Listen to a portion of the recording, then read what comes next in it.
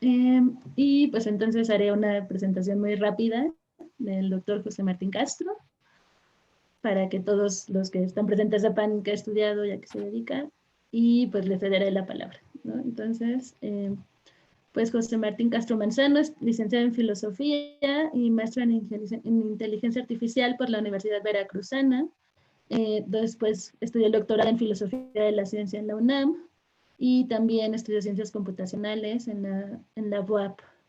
Y actualmente trabaja en la UPAEP en Puebla, ¿no? Y es miembro del Sistema Nacional de Investigadores también de ahí. Entonces, pues ya es un amigo de varios años y pues qué bueno que nos has podido acompañar en este seminario, José Martín. No, al contrario, Karen, muchas gracias. Em, pues debería empezar en este momento, Karen. Sí, creo que sí. Em, pues muchas gracias. Bueno, quisiera primero agradecer a Karen por la invitación. Espero no, espero no defraudar el proyecto, porque he escuchado cosas muy interesantes, he aprendido mucho y me ha encantado todo el proyecto. Espero no bajar el nivel. Por otro lado, quería ofrecer también pues antes de empezar, un comentario de agradecimiento porque, eh, por ejemplo, ahorita no veo, no veo a todas las personas que están presentes, pero sé que a veces ha estado el doctor Raimundo, la doctora Tocha, y ahorita estoy viendo aquí al doctor José Luis Rivera y simplemente quería comentar que pues que lo poco que sé ahora es en buena medida por haber estudiado con textos de ellos. Digo, yo nunca fui estudiante del profesor José Luis, pero eh, me formé leyendo sus materiales. Entonces también me siento entre, entre agradecido y nervioso, porque no sé si lo que voy a decir es o será justo. eh, es decir, lo que quiero decir es que cualquier error es mi culpa, no de las personas de las que he aprendido. Em, pero bueno, espero que ahí ya se pueda apreciar la presentación. Lo que yo quería presentar en este seminario es un tema que en mis intervenciones pasadas he tratado como de hacer notar, que es el tema de la lógica tradicional frente a la lógica clásica. Y en esta contribución lo que espero hacer es mostrar algunos nexos entre lógica tradicional e inteligencia artificial.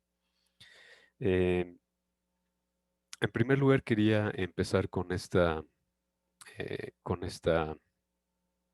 diapositiva, donde podemos apreciar, por ejemplo, las portadas de las 4 ediciones del libro de Russell y Norvig, ¿no? Que es uno de los libros que más se utilizan para la enseñanza y para el estudio de la inteligencia artificial. A mí en particular, yo aprendí sobre todo con el de la segunda edición y siempre me llamó mucho la atención pues esta portada, ¿no? Porque hace referencia a muchos elementos. Bueno, seguramente muchos notarán, por ejemplo, aquí en la figura de Turing, o por aquí se nota un diagrama de Ramón Llull, ¿no? Del Ars Magna, ¿no? Del gran arte, ¿no? Aquí está el Shaky, el robot, ¿no? Y aquí, por ejemplo, está una hoja de la conceptografía de Frege. Eh, y aquí, por ejemplo, aparece un texto de Aristóteles, que si no recuerdo mal es sobre el movimiento de los animales. Y es curioso, ¿no? Porque no aparece la silogística, ¿no? O sea, aparece más bien sobre el movimiento de los animales. Y para la lógica, pues aparece más bien la obra de Frege. Y quería traer a colación esto porque, por ejemplo, la referencia a Aristóteles aparece aquí y en la tercera edición también y en la cuarta edición también. Es decir, parece que no hay un desconocimiento de la obra de Aristóteles. Y si nos oponemos a revisar todas las ediciones, lo que vamos a encontrar es que las referencias a Aristóteles generalmente son o por lo general solo son únicamente en los comentarios históricos. Hay un poco ahí, hay un poco más de referencias en algunos capítulos donde se habla sobre ontologías y representación del conocimiento, pero es muy poco lo que se dice sobre Aristóteles. Generalmente se reconoce la figura aristotélica como una figura precursora o como una figura pionera. Bueno, lo que yo quiero hacer en esta contribución es mostrar que la lógica tradicional puede ser más útil que eso. En particular, voy a tratar de, pues no sé si de convencerlos, pero por lo menos voy a hacer el intento de demostrar que la lógica tradicional puede ser útil para la inteligencia artificial. Y cuando digo aquí ser útil, estoy pensando en ser útil de manera no trivial, porque claro, claro que puede ser útil, ¿no? Pero lo que hay que especificar es en qué sentido puede ser útil. Y para tratar de especificar en qué sentido puede ser útil y para tratar de alcanzar este objetivo, voy a tratar de ofrecer algunas razones a favor de dos afirmaciones. La primera es que la lógica tradicional no es clásica y la segunda es que la programación lógica emanada de la lógica tradicional no es programación lógica clásica. Eso es lo que voy a tratar de justificar. Para hacer esto voy a tratar de seguir tres grandes pasos. Primero voy a ofrecer una presentación de la silogística. em, Esto con dos propósitos. Uno para unificar términos y otro porque em, creo que a veces, ahí hablo por mí como docente, creo que a veces como docentes no le damos no presentamos la silogística de manera adecuada, pero eso lo digo por mí, no lo digo por nadie más. Luego voy a presentar una lógica de términos que se debe a un filósofo estadounidense, Fred Summers, y después voy a comentar el concepto de base de datos aristotélica de Eyal Moses. Y ahí voy a hacer algunas otras contribuciones y al final voy a cerrar con comentarios finales. Sin embargo, antes de empezar con la presentación de la silogística, quisiera presentar como medio de contraste lo que me gusta llamar la visión heredada de la lógica, ¿no? Así como a veces en filosofía de la ciencia hablamos de que hay una visión heredada de la ciencia, también creo que podemos hablar de una visión heredada de la lógica. Bueno, lo que sabemos hoy cuando hacemos lógica es que lo que solemos, bueno, o más bien, lo que solemos hacer cuando estudiamos lógica es usar sistemas de orden n, ¿no? De orden cero o de orden uno son los más comunes, ¿no? De orden cero, la lógica proposicional. De orden uno, pues la lógica de primer orden y la lógica de primer orden con identidad. Y usualmente somos muy cuidadosos con cómo presentamos estos sistemas, ¿no? Generalmente tenemos una serie de axiomas y un conjunto de reglas de inferencia para regimentar nuestro sistema. Y cuando a esta base lógica le añadimos, por ejemplo, ciertos axiomas, como por ejemplo los axiomas de la teoría de conjuntos en esta versión, pues lo que tenemos es justamente una teoría de conjuntos y así de manera similar podemos generar teorías de grupos, teorías probabilistas, teorías de campos, etcétera, qué sé yo. Esto lo que ha ilustrado es que o lo que ilustra es que la lógica de primer orden es muy poderosa. Es muy interesante, pues. Y el origen de este hábito, del hábito de usar lógicas de orden n cuando hacemos lógica, pues tiene una historia interesante y compleja, pero entre otras cosas, este origen está relacionado con las ventajas representativas que tiene los sistemas de primer orden, sobre todo cuando los comparamos con la lógica tradicional, ¿no? Por ejemplo, recordamos que en 1864 Augustus de Morgan enfatizó la incapacidad de la lógica de términos aristotélica para modelar relaciones, ¿no? O que en 1900 Bertrand Russell popularizó la idea de que la lógica tradicional estaba limitada por la sintaxis de sujeto y predicado, ¿no? Que es algo que, por ejemplo, después Strawson le criticaría a Russell, ¿no? Pero digamos, ya esa idea ya estaba empezando a popularizarse en 1900. Y después, más tarde, en 1930, en un artículo muy interesante, ¿no? Un artículo que se llama La vieja y la nueva lógica, Carnap generalizó esta crítica, ¿no? A toda la lógica tradicional al sostener que la única sintaxis disponible es predicativa, como en lo que vemos con los 4 enunciados categóricos, ¿no? De la silogística. Por ejemplo, si quisiéramos comparar algunos enunciados en lenguaje natural y quisiéramos ver sus representaciones, tanto en la silogística como en la lógica de primer orden, lo que podemos ver es que en efecto la lógica de primer orden parece ser mucho más expresiva. Por ejemplo, un enunciado como todo griego es mortal, podría representarse, permítanme la notación clásica, la notación latina podría representarse tal vez así. Y en lógica de primer orden, pues quedaría representada, por ejemplo, así. Sócrates es griego, aquí ya empezaríamos con algunos problemas porque hay personas que piensan que los nombres singulares se deberían modelarse como enunciados particulares y otros piensan que como enunciados universales y ahí empieza a haber algunos problemas ya. Pero con la lógica de primer orden no hay problema porque los individuos se pueden representar con términos, con elementos saturados que serían las constantes y los atributos o predicados pues con las letras mayúsculas, ¿no? Pero ahí ya empezamos a tener problemas, pero los que ya no son claros son, por ejemplo, enunciados como los siguientes, ¿no? Por ejemplo, Sócrates y Platón son amigos. Ya no queda muy claro cómo podría representarse esto de manera directa, de forma silogística, pero con la lógica de primer orden parece que no habría mayor problema porque la amistad sería una relación. Un enunciado compuesto como este, como un condicional, también no queda muy claro cómo sería con silogística, pero en una lógica de orden 0 o de orden 1 podríamos hacer, por ejemplo, algo así. Y esta es una versión del ejemplo de Morgan, ¿no? Nada más que De Morgan usaba los caballos. Nosotros aquí usamos círculos y figuras.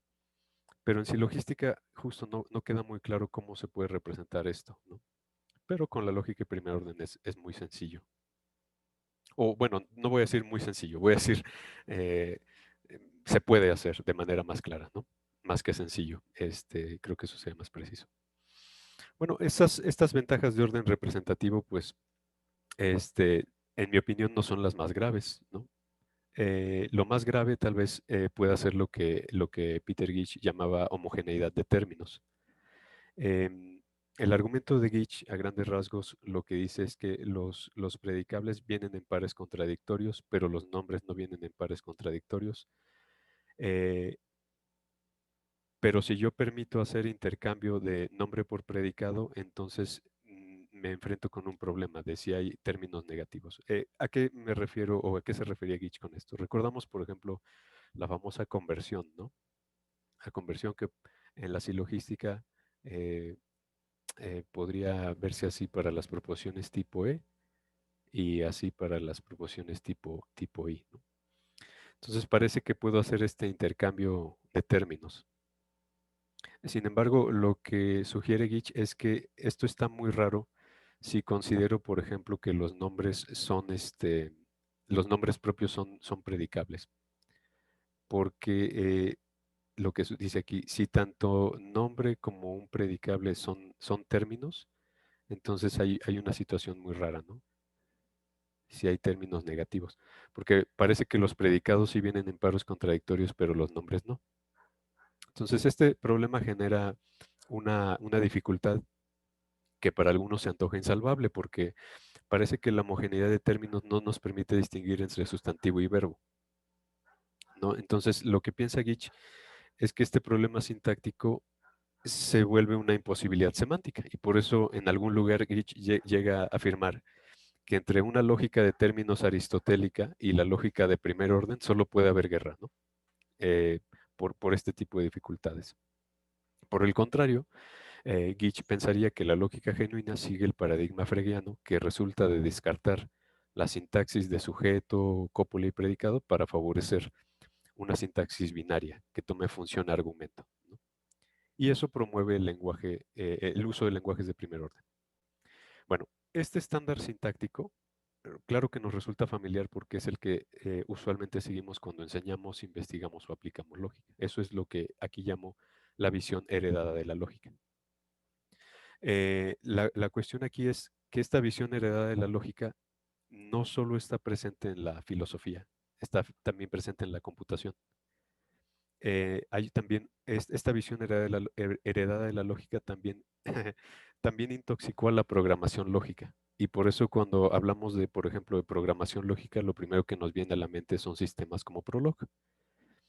¿Por qué? Porque estaban diseñados en términos de sistemas fregeanos, ¿no? Sistemas de lógica de primer orden. Sin embargo, aunque estas visiones heredadas nos puedan ser muy familiares, no por ello nos resultan naturales, ¿no? Por ejemplo, John Woods en algún lugar comenta pues que no es un secreto que la lógica clásica y sus variantes principales pues no son muy buenas para modelar la inferencia humana. Después de todo, estas lógicas no estaban diseñadas para modelar la inferencia humana o el razonamiento humano, estaban más bien diseñados para hablar sobre los fundamentos de las matemáticas.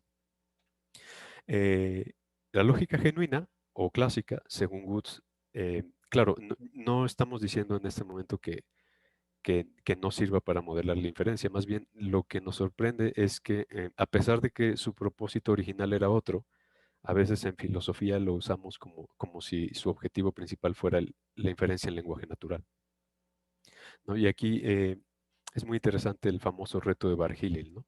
Cuando decía hace muchos años, en un congreso decía, reto aquí a cualquiera que me muestre una pieza de argumentación si era en lenguaje natural, que haya sido evaluada de manera exitosa con la ayuda de la lógica formal.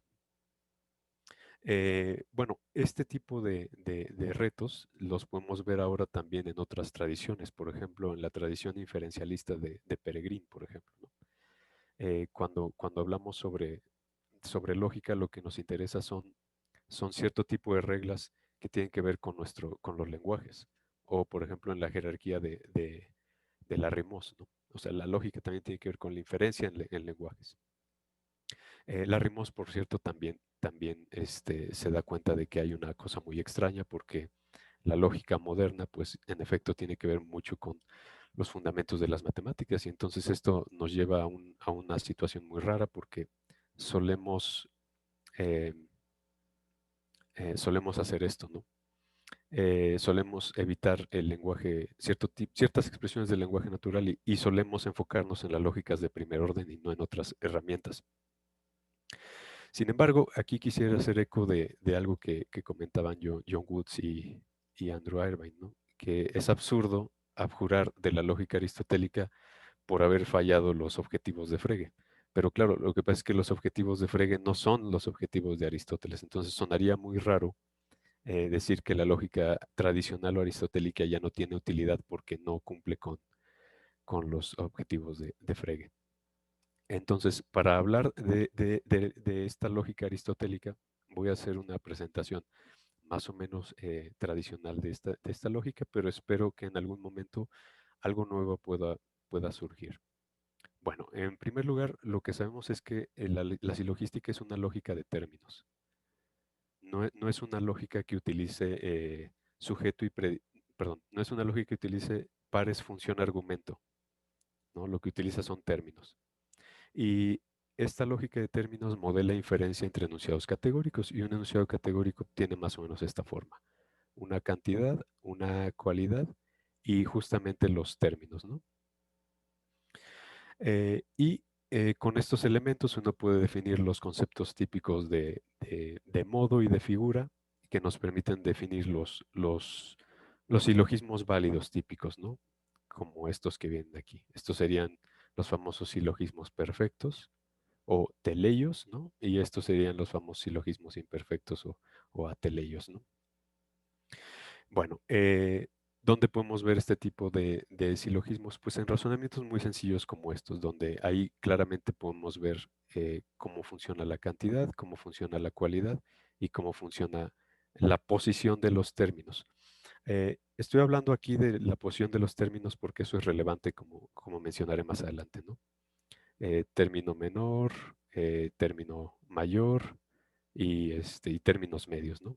Este claramente es un silogismo inválido, pero eso no es lo que queremos mencionar ahora. Lo que quiero enfatizar aquí es que en esta lógica tenemos ciertos conceptos de orden que serán relevantes más adelante. Bueno, esta breve presentación de la silogística es muy breve y aunque formalmente pueda ser correcta, está fuera de contexto, porque la silogística, en mi opinión, es parte integral de lo que podríamos llamar un corpus aristotelicum básico, que podría definirse por la tupla que está en pantalla. Es una tupla que tiene por lo menos esos 5 componentes. Son bases teóricas, cada uno de esos componentes. La primera base es una teoría epistemológica que incluye la producción de hipótesis e inferencias bajo los conceptos de pagoge y silogismos, respectivamente. BC sería una teoría causal que distingue entre causas materiales, formales, eficientes y finales. BO sería una teoría ontológica que supone una visión sistémica del mundo dada dos tesis, ¿no? Que no hay propiedades sin objetos ni objetos sin propiedades. Esto sería un poco contra la idea de los universales ante rem y contra los ver particulars, como a veces se les llama. BP podría ser una teoría psicológica que hace uso del concepto de hábito para explicar la conducta. En ese sentido, por ejemplo, tanto epagogé como silogismo serían un tipo de hábitos cuando son llevados a cabo por agentes. Y el que nos interesa ahorita pues es BL, ¿no? Que es una teoría lógica diseñada para lidiar con categorías, con enunciados, con inferencias, con explicaciones y errores inferenciales. Ahí traté de poner un concepto de lo que llamo este, el, el hexateuco, porque creo que esos son 6 libros los de los tratados de lógica, ¿no? Entonces, así como tenemos el Pentateuco, tenemos el Hexateuco. Em, y en esta teoría en particular, pues tenemos justamente la silogística como una teoría de inferencia deductiva, pero lo que he tratado de sugerir es que esta teoría silogística tiene ciertos requisitos semánticos relacionados con otros componentes del corpus. Luego, la descripción formal que he ofrecido previamente carece de una cualidad que podría ser entendida mejor, dado este contexto del corpus. A saber, que la silogística es una teoría deductiva diseñada para evitar irrelevancia causal. Una manera más clara de explicar todo esto es mediante el esquema de Boecio. Según Boecio, por ejemplo, el discurso se puede... Bueno, hay varios modelos de Boecio, pero esta es una de las exposiciones de Boecio. Según Boecio, un discurso puede ser simple o complejo, ¿no? Un discurso simple, pues podría ser, por ejemplo, pues simplemente un enunciado, ¿no? Em, y cuando el discurso es complejo, puede tener modo y figura o puede estar sin modo y sin figura. Ahí, por ejemplo, podríamos tener un ejemplo. Ahora, cuando un discurso complejo tiene modo y figura, puede ser que la conclusión se siga con necesidad o que la conclusión no se siga con necesidad. En el caso de que no se siga con necesidad, pues tendríamos, por ejemplo, la inducción. Y cuando la conclusión es necesaria, puede ser por dos razones, porque las premisas son idénticas a la conclusión o porque las premisas son distintas de la conclusión. En el caso de que sean idénticas, pues tenemos un problema, porque tenemos la petitio principi, ¿no? Tenemos la petición de principio. Y por último, en el caso de que las premisas sean diferentes a la conclusión, tenemos dos alternativas. O las premisas conllevan a la conclusión o no lo hacen. Es decir, o son relevantes para la conclusión o no. Si no lo son, pues tenemos un tipo de falacia non causa ut causa. Pero si todo lo demás se cumple, lo que tenemos justamente es un silogismo. Y esta visión de la silogística me parece que es más interesante de lo que uno podría pensar, porque lo que está mostrando son varias cualidades. Por ejemplo, que es un discurso que tiene varias premisas, porque tiene varias partes. Es un discurso en el que el orden importa. El orden tanto de los términos como de los enunciados. Es un discurso que además es deductivo. es un discurso que no es circular y además es un discurso que pretende encontrar cierto tipo de relevancia. Bueno, con este esquema bastaría para decir que la lógica tradicional no es clásica, porque la lógica clásica no requiere de varias premisas para tener inferencias válidas. A veces el orden no importa, y aunque la lógica clásica es deductivo, no hay problema con la circularidad. Esto regresaré más adelante, ni con la relevancia, ¿no? Esto regresaré en un momento más adelante, pero lo que quiero ilustrar es que la presentación de la silogística que mostré al principio estaría incompleta si no pensamos en estas características que tienen que ver también con el corpus aristotélico. Entonces, esta exposición de Boecio deja claro, en mi opinión, que dentro del modelo aristotélico una inferencia silogística es un discurso complejo con modo y figura aquí debe decir en el que, aquí hay un error, en el que una conclusión que es diferente de las premisas necesariamente se sigue y depende de dichas premisas. Y esto es lo que podemos ver, por ejemplo, en primeros analíticos, ¿no? Cuando Aristóteles, aquí razonamiento se podría ver como silogismo. Cuando decimos que un razonamiento es un enunciado en el que sentadas ciertas cosas se sigue necesariamente algo distinto de lo ya establecido, ¿no? Por el simple hecho de darse esas cosas. Bueno, esta presentación de la silogística, en mi opinión, no debe subestimarse porque difiere el enfoque fregiano-tarskiano contemporáneo por lo menos en tres cosas. Bueno, en primer lugar, por ejemplo, el enfoque contemporáneo considera que contenido y forma son independientes, como cuando los manuales típicos afirman casi dogmáticamente que la lógica no trata de la verdad, sino de la validez. Sin embargo, esta independencia no es muy clara, ¿no? Y muchas personas lo han criticado ya. Mientras que en el enfoque aristotélico, contenido y forma son sistémicos y codependientes. Hay una presuposición de ilemorfismo, como cuando Aristóteles distingue entre predicación natural y no natural, por ejemplo. ¿En qué otra cosa difieren? Bueno, el enfoque contemporáneo generalmente, como habíamos visto al principio, sigue el paradigma fregiano, que resulta de descartar la sintaxis de términos, ¿no? Para promover una sintaxis binaria de función-argumento, que es una sintaxis importada de las matemáticas, lo que, como hemos dicho, no resulta tan natural. Y por último, el enfoque contemporáneo admite a la reflexividad como un patrón válido de inferencia, como si fuera a veces el principio de identidad, ¿no? Esto a mí siempre me ha causado mucho conflicto, sobre todo recuerdo cuando yo leía, a mí me enseñaron lógica con el libro de Copy Cohen y con el de Copy Nagel. Y recuerdo que siempre me causó mucho conflicto que me dijeran que P, por lo tanto, P es una inferencia válida y al mismo tiempo es una falacia de petición de principios. Eso siempre me causó mucho rencor, porque no entendía cómo es posible que una inferencia válida sea considerada falaz. Bueno, lo que pasa es que la petición de principio es inválida desde Aristóteles. Pero Aristóteles, por su definición, como hemos visto, por su definición de silogismo, pues claro, no puede haber circularidad en una inferencia válida, pero en la lógica clásica eso no es problema.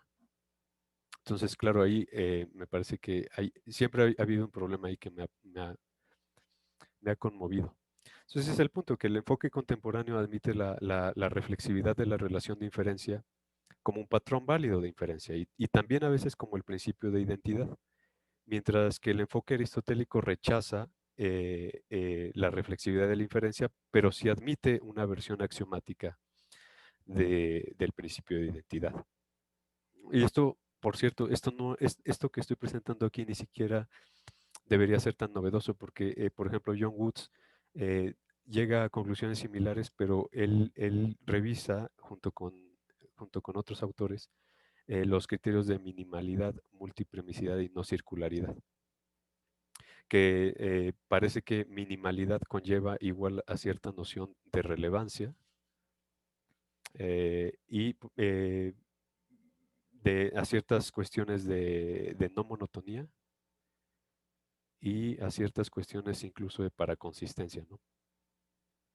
Entonces eso es muy interesante porque ya desde aquí se está viendo que la lógica tradicional no es clásica, porque la lógica clásica no es relevante, si es monotónica y no es paraconsistente. Entonces, parece que la lógica aristotélica o tradicional pues no es clásica. Ahora, dada esta presentación, uno podría objetar que esto está muy bien, que esto está muy interesante, pero que aún así esto no resuelve los problemas de representatividad que vimos al principio. Es decir, seguimos sin poder representar eh, proposiciones compuestas, seguimos sin poder representar con claridad términos singulares, seguimos sin la posibilidad de representar relaciones. Al final, todo esto puede sonar muy bonito, pero no nos sirve de nada. Y bueno, para responder a esa objeción, aquí quisiera hacer eco de la lógica de términos de Summers y Engelbrecht, ¿no? Y aquí quisiera utilizar o empezar con este fragmento de una autobiografía intelectual de Summers, cuando decía que la lógica de términos alguna vez, o la lógica de términos volverá a ser la lógica de las escuelas. Bueno, ¿en qué consiste la lógica de términos? Bueno, la lógica de términos es un cálculo del tipo más menos, ¿no? Como lo habría pensado Leibniz, que representa la silogística, pero usando términos en lugar de elementos de primer orden. O sea, ya no vamos a utilizar ni conectivas como constantes lógicas, ni vamos a usar cuantificadores, ni variables, ni constantes individuales. Lo que usamos simplemente son functores y términos. Los functores vendrían a ser los términos, en términos medievales, vendrían a ser los términos sin categoremáticos, ¿no? Sin categoremáticos. Y pues los términos vendrían a ser los términos categoremáticos, ¿no? De tal manera que los enunciados de la silogística quedarían representados de esta manera. Em, todo S es P quedaría como menos S más P, ningún S es P menos S menos P y así sucesivamente. Esa sería la representación inicial de esta lógica. Ahora, lo interesante de esta representación es que permite cierta versión sintáctica y semántica de lo que sería una inferencia. Por ejemplo, lo que estamos diciendo aquí es que una conclusión se sigue de un conjunto de premisas, así solo si se dan dos condiciones: que la suma algebraica de las premisas sea igual a la conclusión y que el número de premisas particulares sea igual al número de conclusiones particulares. Semánticamente, lo que diríamos es que un conjunto de premisas modela una conclusión si y solo si la suma aritmética de las premisas es igual a la suma aritmética de la conclusión. Entonces, por ejemplo, si yo considero aquí un silogismo AAA de la primera figura, esto se ve con mucha claridad. Todo mamífero es animal, quedaría representado así, todo perro es mamífero así y todo perro es animal así. Entonces, claro, si yo sumo las premisas, me doy cuenta de que menos m y más m se van a cero y nos queda menos p más a, que es justamente la conclusión.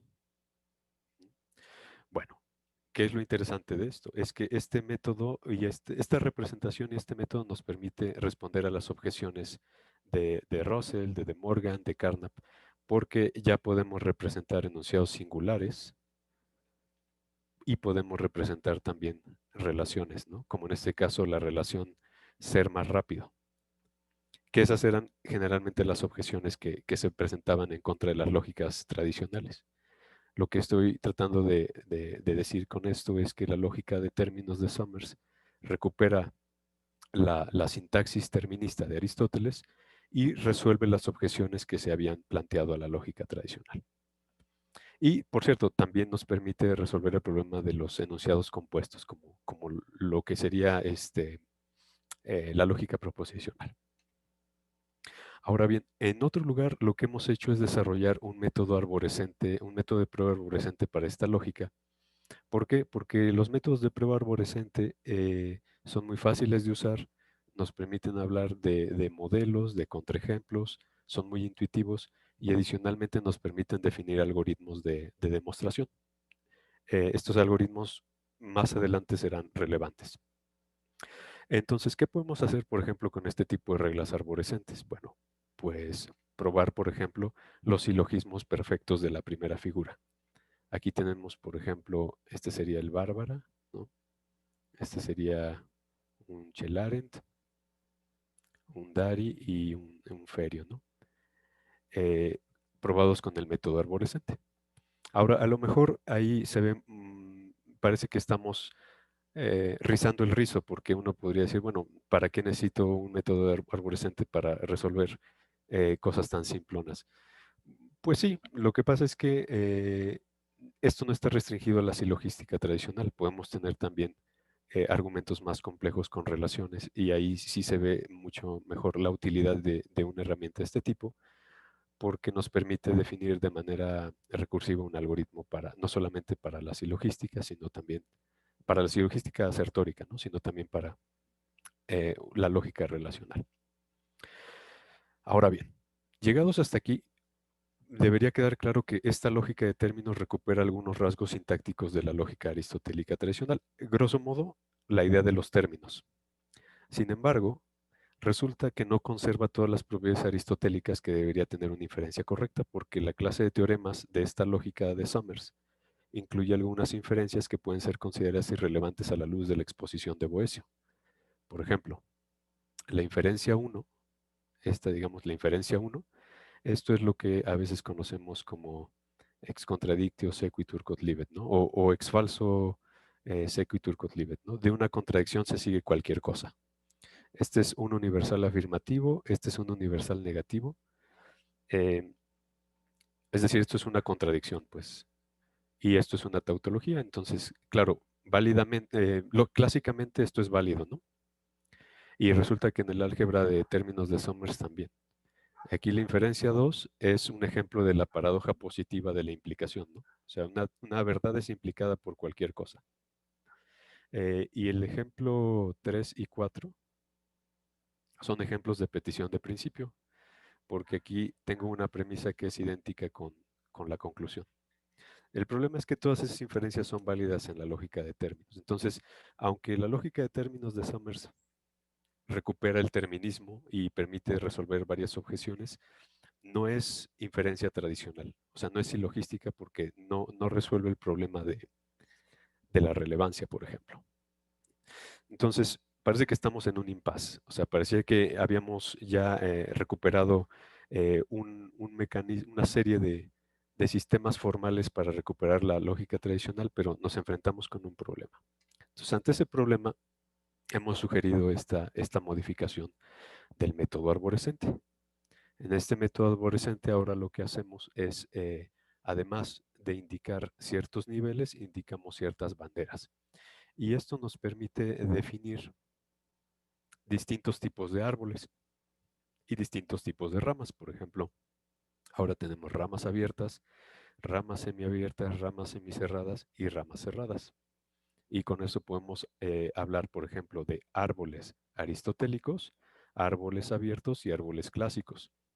La idea es que un árbol es cerrado, perdón, un árbol es aristotélico eh, si todo, si la negación de la conclusión me lleva a una contradicción y adicionalmente las premisas están siendo usadas para llegar a la conclusión, ¿no? Si esto no funciona, tengo un árbol clásico porque solo estoy preservando verdad. Y si nada de esto funciona, tengo un árbol inválido, o sea, tengo pura invalidez. Entonces, lo que tenemos son tres tipos de inferencias. Inferencias que, bueno, no tres tipos de inferencias, más bien dos tipos de inferencias, porque las inválidas pues no son inferencias, ¿no?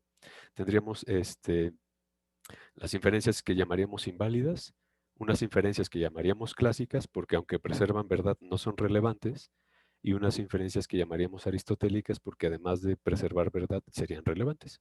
Entonces, por ejemplo, si volvemos a revisar Bárbara, Chelarin, Dari y Ferio, lo que podemos ver es que, por ejemplo, consideremos solo el Bárbara, ¿no? Lo que podemos ver es que todas las ramas cierran y adicionalmente todas las banderas se usan, son acarreadas al final, lo cual nos indica que tenemos ahí un árbol aristotélico. Ah, pero veamos la diferencia, por ejemplo, con las inferencias raras que había puesto al principio. Esto de aquí es ex contradictio sequitur quod libet, ¿no? O ex falso sequitur quod libet, como guste. Bueno, en la lógica de términos tradicional, bueno, en la lógica de términos de Summers, pues, como en la lógica clásica, esto es una inferencia válida. pero no debería ser válida aristotélicamente. Y en efecto no lo es, porque aquí, aunque las dos cierran, notamos que las banderas acarreadas al final no son todas las banderas que tengo, porque aquí está la bandera C y la bandera C', y esas no están acarreadas al final. Entonces, ex falso sequitur quod libet es una inferencia clásica, pero no aristotélica. En otras palabras, lo que estamos diciendo es que, aunque es verdad que es imposible que las premisas sean verdaderas y la conclusión falsa, eso no quiere decir que haya una relevancia de las premisas hacia la conclusión. Bueno, y podemos hacer lo mismo, por ejemplo, con la paradoja positiva de la implicación, con este tipo de petición de principio y con este tipo de petición de principio. Esta petición de principio en particular es bien interesante porque fíjense que si yo digo A, por lo tanto A, eso es una inferencia semicerrada, o sea, no es aristotélica. Sin embargo, si yo trato de validar el principio de identidad sí cierra. Es decir, el principio de identidad sí sería, no habría problema, o sea, el principio de identidad sí es legítimo, pero la petición de principio no. Entonces, no es lo mismo admitir el principio de identidad que la petición de principio. Y eso me dio mucha salud mental porque yo me estaba volviendo loco con cómo hacer eso. Bueno, y bueno, aquí simplemente muestro que, por ejemplo, el modus ponens sería aristotélico, ¿no? Porque el modus ponens cierra todas sus alternativas y las banderas son todas acarreadas al final. Y también funciona para ciertas inferencias otras inferencias no silogísticas con relaciones. Bueno, ¿qué sacamos de esto? Es que esta versión de esta lógica de términos relevantes es aristotélica. ¿En qué sentido? Bueno, en primer lugar, porque es cautelosa con la petición de principio. Aristóteles consideraba que una petición de principio es una falacia porque no da cuenta de una explicación causal, ya que depende de asumir lo que se quiere probar, ¿no? Y por eso en el esquema de Boecio veíamos que un silogismo no puede ser una petición de principio. Para Aristóteles es un requisito de una inferencia legítima que la conclusión sea diferente de las premisas, y eso lo dice en varios lugares. Esta versión también es cautelosa con las falacias de irrelevancia, como las non causa ut causa, porque aunque la lógica de primer orden clásica admite la regla ex falso sequitur quod libet o ex contradictione quod libet, y admite también las paradojas de implicación, esto no funciona en esta versión, ¿no? Ni debería funcionar con la silogística aristotélica. Y por último, algo que es interesante es que esta versión es cautelosa al no convertir el primer principio en la primera falacia, como dirían, por ejemplo, Bob Meyer y Errol Martin, ¿no? En un artículo muy interesante que se llama S for Syllogism, donde definen una lógica relevante que se llama S, ¿no? Eso me parece interesante. Bueno, dicho todo esto, lo que podemos ver es que en el esquema de Larry Moss, nosotros podemos ver claramente que tanto la lógica de términos de Somers como esta versión relevante de la lógica de términos son alternativas distintas de tanto de la silogística, ¿no? Que serían estos sistemas silogísticos, como de los sistemas de primer orden, por varias razones.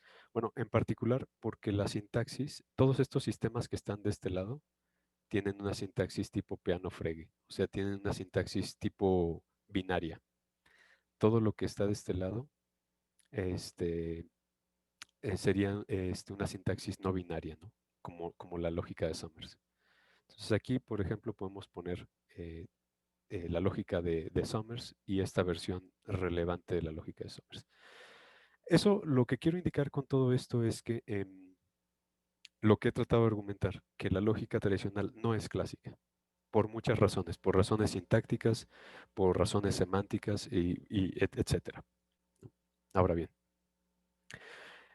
¿cómo conectamos esto con la inteligencia artificial de manera para ver cómo esto nos puede apoyar de manera no trivial? Bueno, cuando yo leí el artículo de Moses me pareció, yo sé que es un artículo pues que ya tiene sus años, ¿no? Pero aún así me parece que, bueno, no soy fan de los argumentos ad novitatem, ¿no? Ni ad antiquitatem. O sea, el hecho de que algo sea nuevo o viejo no me interesa tanto, ¿no? Lo que me interesa es que la idea es muy interesante. Creo que lo que sugiere Moses es que en efecto hemos abandonado la lógica aristotélica, ¿no? Y en particular en la computación se ha abandonado. Y Moses piensa que este abandono no está justificado.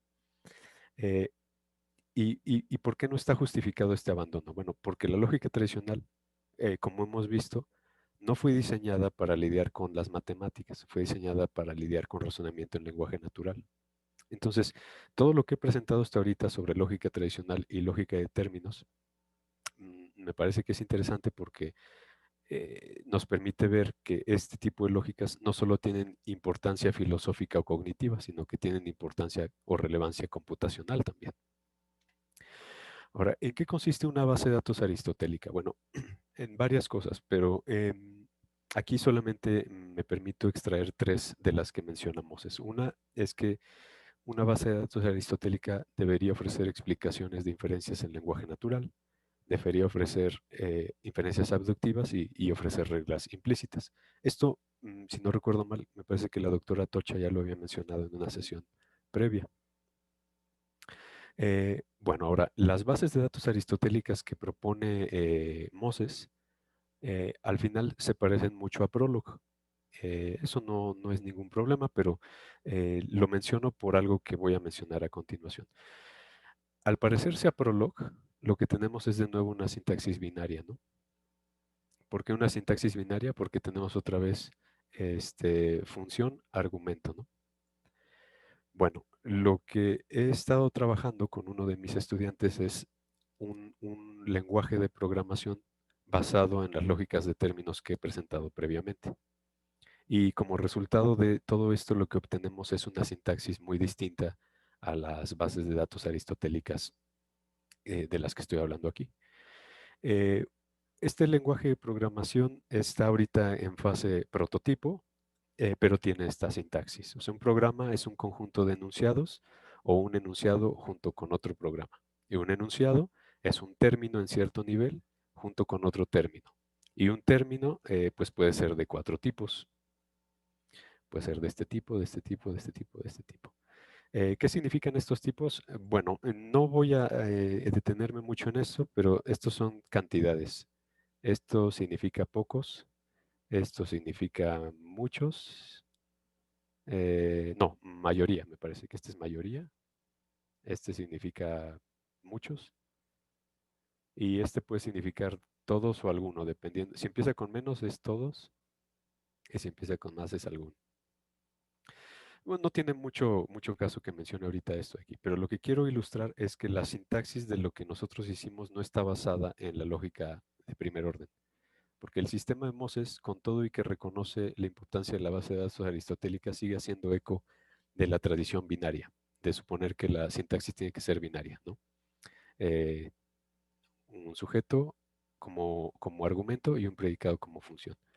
Lo que nosotros tratamos de hacer es recuperar la sintaxis de Summers y Engelbretsen para hacer nuestro programa. Entonces, lo que permítanme en este momento, voy a dejar de, de mostrar esto y voy a compartir otra pantalla. Em, espero que no me falle, porque cuando quiero presumir las cosas, luego es cuando más fallan. A ver. Creo que no se ve muy bien. Bueno, voy a compartir toda mi pantalla em, porque no me da chance de elegir solo la pantalla que quiero que vean. Entonces voy a compartir la pantalla por completo. Espero no compartir nada prohibido. Mm, Vamos a ver. Creo que ahí se ve todo, ¿verdad? Eh, ¿Sí se ve todo ahí? Sí. Sí, gracias. Bueno, no sé si se alcanza a ver que aquí tengo una pantalla. donde estoy cargando mi aplicación. Bueno, esto está un poco inspirado en Prolog. Lo que hacemos es que en una hoja de texto común y corriente, nosotros podemos cargar nuestro programa, porque como hemos dicho, un programa pues es un conjunto de enunciados, ¿no? Un enunciado son términos y los términos pueden ser de este tipo. Entonces, claro, lo que tengo aquí es un programa. Aquí tengo, por ejemplo, cosas como Sócrates es hombre, Sócrates es sabio, Fido es un perro, Mona Lisa es una obra de arte, etcétera. Y eso es un programa. Es muy parecido a lo que hacemos en Prolog, por ejemplo, cuando decimos justamente cosas como mortal Sócrates, ¿no? Eso en Prolog, por ejemplo, es lo que llamamos un hecho, ¿no? O cuando hacemos, por ejemplo, lo siguiente, decimos em, mortal X, si hombre X, ¿no? Y eso es lo que en Prolog se llama una regla. Bueno, pero como nosotros estamos usando una sintaxis de términos, no necesitamos usar eso, ¿no? Todo nos queda definido en términos de menos más. Entonces eso es un programa en nuestro lenguaje de programación. Y, y ya que lo tenemos listo, nosotros podemos, lo guardamos, pues, y podemos, trabajar nuestro demostrador de silogismos. Pero claro, esto no es un demostrador de silogismos nada más, es una base de datos aristotélica. Entonces, por ejemplo, yo aquí puedo preguntarle, puedo hacer mi query y preguntar qué me puedes decir de Sócrates. Y no me dice nada porque no sé qué hice.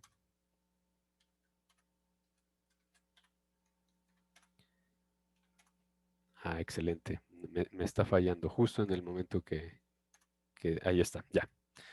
¿Qué me puedes decir de Sócrates? Pues de Sócrates esta cosa me puede decir varias cosas. Estas serían las premisas que justificarían mi conclusión, de tal manera que yo no obtengo solamente la respuesta, sino que obtengo también la justificación de cada una de las conclusiones. Por ejemplo, ¿qué me puedes decir de Fido? Pues todo esto de acá. ¿Qué puedo saber, por ejemplo, de algo que sea O? No sé qué es O, pero de O se puede deducir esto, ¿no? Entonces yo puedo ir haciendo así preguntas y lo que obtengo no solamente es la respuesta, lo que obtengo es una explicación. Adicionalmente, yo puedo saber, por ejemplo, eh, negaciones. Déjenme ver si, por ejemplo, ahí los términos que no son A, ¿no? Entonces, puedo preguntar por algo y también puedo preguntar por aquello que no sea algo. Y puedo añadir además, puedo añadir nueva información. Por ejemplo, si yo quisiera añadir algo como que, no sé, Sócrates, Sócrates es, Sócrates es, ¿qué podríamos decir? Sócrates es raro. No sé, creo que eso no es un buen ejemplo, pero puedo añadir eso y después puedo volver a pedir que se vuelva a actualizar la base de inferencias. Y si yo vuelvo a preguntar qué cosa es Sócrates, ya está aquí, por ejemplo, que Sócrates es raro, ¿no? ¿Por qué Sócrates es raro? Ah, bueno, porque Sócrates es I y además todo I es R. Bueno, no sé qué significa I y la R, no recuerdo qué significaban, pero el punto es que lo que tengo aquí es una base de datos aristotélica, pero ya no estoy utilizando el mismo tipo de sistema. Y como les decía, puedo añadir, puedo quitar cosas y puedo preguntar no solamente queries afirmativos, ¿no? También puedo preguntar por lo que no es algo. Bueno, entonces ahora sí regreso a esto. ¿Y qué podemos sacar de todo esto entonces? Bueno, varias cosas. En este lenguaje de programación tenemos un abandono de la sintaxis binaria fregiana. Ya no estamos usando variables ni constantes. Y también al utilizar esta sintaxis abandonamos la distinción entre proposición singular, universal o compuesta, por lo que la distinción entre hecho y regla de Prolog desaparece. Este lenguaje de programación además nos permite definir bases de datos aristotélicas y es una contraparte computacional de una lógica natural. Eh, para ir cerrando, ¿por qué esto es interesante? Porque, miren, estaba ayer justamente revisando The Art of Prologue de Sterling y Shapiro. Y ahí encontramos, por ejemplo, eh, pues varias cosas interesantes. Pero cuando uno lee entre líneas, queda muy claro que cuando hablan de programación lógica están pensando en lógica de primer orden, no están pensando en lógica tradicional. Entonces, eh, después de todo esto, lo que yo espero o lo que yo espero, a ver, bueno, espero que haya quedado más o menos claro que la lógica tradicional puede seguir siendo útil de manera no trivial para la inteligencia artificial. Y para ilustrar esto he intentado mostrar que la lógica tradicional no es clásica y que la programación lógica emanada de esta lógica tradicional tampoco es programación lógica clásica. ¿No? ¿Qué es lo que sigue de todo esto? Bueno, ya tenemos avances en otras cosas. Por ejemplo, eh, una de las ventajas de todos estos sistemas es que podemos lidiar con, con inferencias, con cuantificadores no clásicos, ¿no? Como estos, ¿no? O podemos lidiar, por ejemplo, con cuantificadores numéricos exceptivos, ¿no? Este ejemplo no lo inventé yo, así venía donde lo trabajé, ¿no? Y podemos también lidiar con inferencias modales. Bueno, el siguiente paso consistiría, por supuesto, en tratar de embeber nuestro sistema con estas capacidades.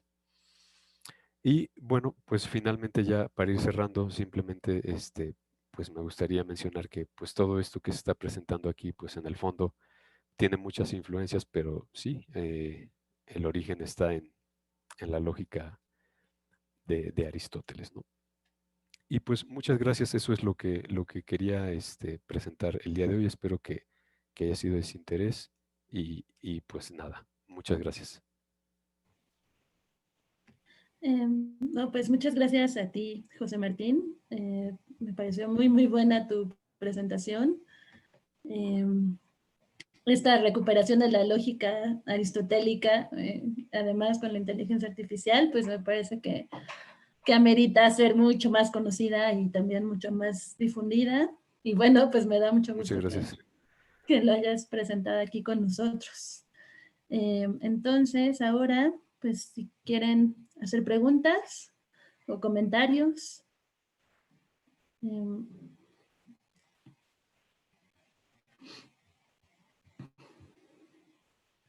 a ver, en lo que se animan a preguntar, a comentar algo más.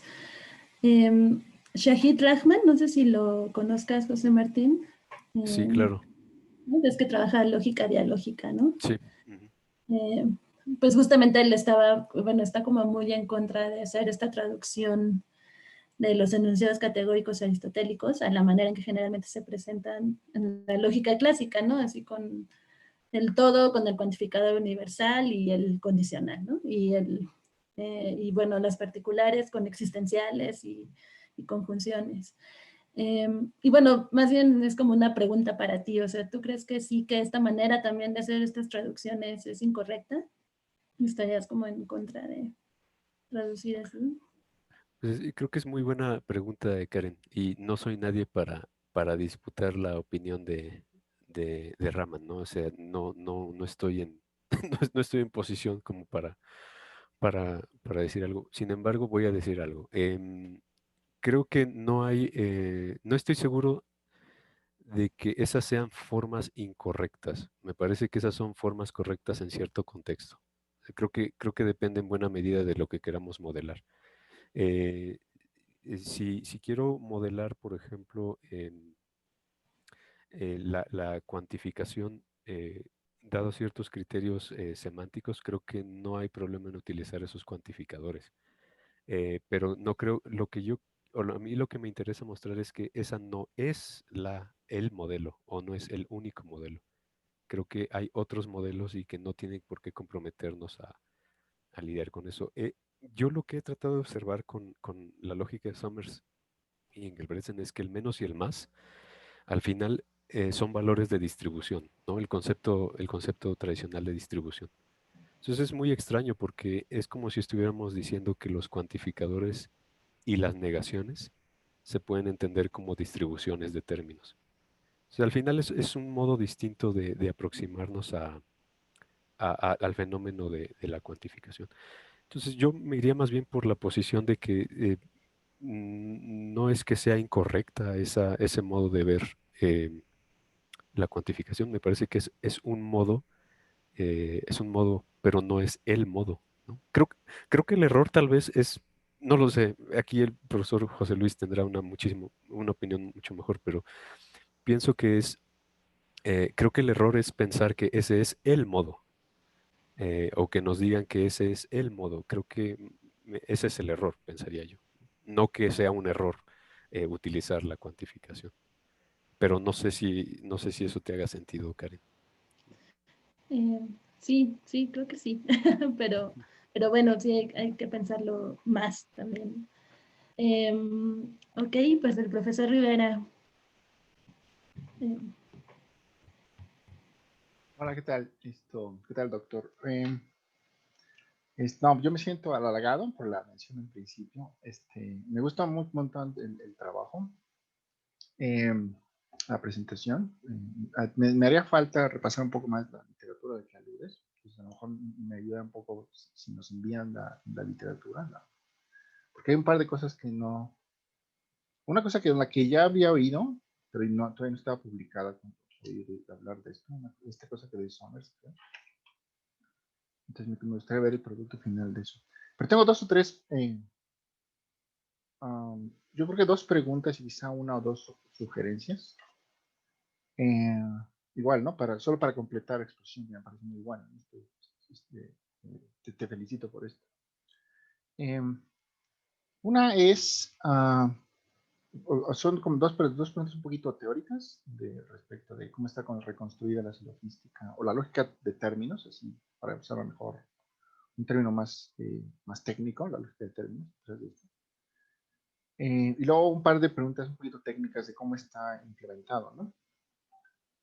Entonces, una es que típicamente cuando yo explico la reducción, le explico, y creo que es una cosa que también trata de hacer, ya se aludió a Rahman, que él intenta reconstruirlo, él está tras una lógica, una forma de lógicas no clásicas, en particular, creo que es relevante en el fondo, pero también es intuicionista. Pero como él la reconstruye es en términos de diálogo. Esto es, él quiere poner una cosa entre junta de teoría de argumentación con lógica. Y entonces me pareció muy bien, muy interesante. No sé si puedes explicar un poquito más que, o más bien si está en el radar, esta teoría de que la petición no solamente hay que estudiarla desde el punto de vista de que es una inferencia válida formalmente hablando, porque esto sigue siendo, creo, una lógica formal, sino que es una falacia contextual, una falacia de argumentación. Esto es, cuando alguien pide una justificación, esto me lleva a mi siguiente pregunta, si le dices, bueno, ¿por qué crees que P? Y te dices, bueno, porque P, pues no le estás dando ninguna información, no estás progresando, no estás dando explicaciones, ¿no? Y es una forma creo que muy simple de explicar cómo la petición puede ser válida formalmente, bajo estas restricciones clásicas de validez. Y si es posible, es lo que te quería preguntar, introducir o explicar esto a lo que aludes por ejemplo, de marcar que se utilicen las premisas o no, que quede abierto. Eso, ¿no? Que sean hereditarias las banderas para la deducción en términos de una interacción, de que no solamente una deducción de un agente cartesiano, vamos a decirlo así, siempre está pensando él solo y su estufa, sino que son dos personas que dialogan, ¿no? Si esa parte del modelo está en su radar, ¿no? Porque una de las cosas que me gustaron del trabajo de Moses es que está diseñado, y lo dice al principio, está interesado en la interacción con el usuario. Que el usuario pueda pedir, no solamente que le dé la información, oye, que Sócrates, ¿qué onda? Y te dice, bueno, Sócrates esto y esto y esto. Sino que le puedas preguntar, bueno, ¿y eso cómo lo sabes? Dame una justificación. Y te dice, ah, mira, porque Sócrates es esto por esto y esto y esto. Dices, ah, ok. Entonces es un modelo no solamente dialógico, pero yo no sé si esto está capturado en su trabajo, en lo que está haciendo con tu estudiante. No solamente es dialógico, por un lado, sino que por otro lado tiene algo de epistemología social. O sea, dame justificaciones. O sea, dime por qué lo dices. Si mal no recuerdo, uno de los problemas que tenían con cierto tipo de machine learning es que a lo mejor la máquina, el sistema inteligente, el sistema experto, te dice el resultado. Ah, pues yo digo que este paciente tiene tal cosa. Pero si le preguntas por qué, supongamos que es un imagenólogo, ya no te puede decir, pues, porque tendría que decir, pues mira, entonces te da todas las imágenes de las que infirió, este paciente nuevo que me presentas debe tener este diagnóstico. Y solamente te exhibe las muestras, las instancias, ¿no? Mira, pues ahí está. Entonces, no sé si esto, si está un poquito en su horizonte, esta idea de que es, por un lado, dialógico y por tanto tiene algo de epistemología así entendido, de que es una teoría atribuida a Aristóteles eh, que tiene, pues eso, que tiene un elemento en una de tus láminas, que tiene un elemento de epistemología, ¿no? No sé si esto está en tu horizonte. Si quieres, vamos despechándolas uno por uno, digo, si me disculpan nuestra audiencia, para que no se me vaya la onda, ¿no? Para no distraerme en qué va Ah, esto. perfecto. No, muchas gracias. Creo que creo que mi radar no es muy fino, porque creo que estas cosas no están en mi radar, pero tengo algo que decir al respecto. Em, Voy a ver si logré entender sus observaciones, profesor. Em, con respecto a lo de la cuestión de si la petitio debe estudiarse de manera contextual, sí, creo que sin duda. Y creo que ahí Douglas Walton y Peter Sauber me parece que han sido muy precisos en mencionar que, bueno, y también en la posición de Grotendorf y Van Emeren, ¿no? Me parece que todos ellos en sus diferentes posiciones han sido muy Comparten eso. precisos en considerar que hay algo muy raro en decir que, de hecho recuerdo que Walton explícitamente dice, está muy raro decir que P implica P es válido y al mismo tiempo que es falaz. No recuerdo, creo que es un texto de 1989, no recuerdo muy bien. Entonces, sí pienso que la cuestión del aspecto contextual me parece que es sin duda em, una, un aspecto necesario de la explicación de la petición, pero no creo que sea suficiente. Eh, por eso me parece que tener un modelo aristotélico de la petitio es interesante. ¿Por qué comento esto del modelo aristotélico? Porque si yo, por ejemplo, reviso ciertas bases intuicionistas o ciertas bases axiomáticas intuicionistas o ciertas bases axiomáticas incluso de la lógica relevancia o ciertas bases de la lógica clásica, yo lo que voy a ver es que A implica A figura como un axioma. Y por teorema de deducción yo puedo concluir que A por lo tanto A. Entonces a mí algo que me parece muy raro es que tanto en el intuicionismo tradicional o típico y en la relevancia La típica, típica, la ajá. petitio principii sigue estando ahí Sigue estando presente. ahí, eso es Ujú. correcto. Incluso en la relatedness logic de Epstein también está ahí presente. Entonces, pero no está presente en la aristotélica.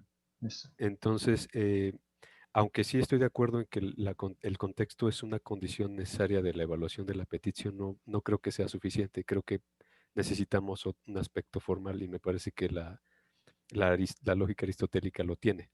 Sin Ajá. embargo, como no hay formalismos como muy Que adecuados, capturen esto, ajá. exactamente, por eso era un poco el interés de hacerlo No, me por este encanta. Me lado. parece que es muy bueno. Ajá. Ahora, con lo que decía, profesor, de si estas banderas como interacción están entendidas de manera dialógica, originalmente no. La verdad es que cuando diseñé estas cosas, esto de lo dialógico, como todavía no lo termino de entender muy bien, a lo mejor por eso ni siquiera aparece bien en mi radar. Tengo idea de cómo funciona, pero todavía no termino de entender muy bien cómo podría incorporarlo. Y esto ligado a lo que usted comentaba sobre si esto está considerado ya en el software. Sí está considerado, por eso cuando doy un query siempre aparece el silogismo asociado con Con la cada premisa. respuesta. Ajá. Ahí lo que nos falta es que, claro, ahorita este estudiante, que por cierto no quiere hacer la tesis conmigo, pero me duele mucho, pero así es esto. Bienvenido a mi Este, club. sí, se quedó ahorita solo en la representación como algebraica. Pero la idea Ok. se supone es que debería de ser como el de Moses, ¿no? Que diga, Hacer un traductor. porque tal y tal, entonces tal, ¿no? Exacto. Sería cuestión de traducir las explicaciones algebraicas a No, y si lo español. hicieras y si lo lograran hacer como un entimema, A Ujú. es B porque C, sería fantástico. Estaría fantástico. Muy bien. Eso también Porque eso sí lo voy suena a a una considerar. explicación natural. Claro, ¿Sí? muy bien. Eso, a lo mejor ese es el blanco, eso es lo que hay que moverse en esa dirección. Ok, Perfecto. no, Muchas no, gracias. estoy encantado, ¿no? O sea, yo sí, de luego te voy a escribir porque tengo un montón aquí de preguntas, pero no quiero usar el tiempo del resto del auditorio, que también supongo que tendrá tus preguntas. Entonces, nada más tengo dos preguntas respecto a la implementación. Ujú. Una es en qué, digo, esto hay que escribirlo en otro lenguaje distinto de la base de datos, ¿no? ¿Qué usaron? O sea, Ujú. eso me intriga un poco. Lo implementamos en C. ¿Directamente? Directamente en C. Este chico se puso a hacer el parser y todo para que cualquier texto bien formado pase como un programa de este lenguaje.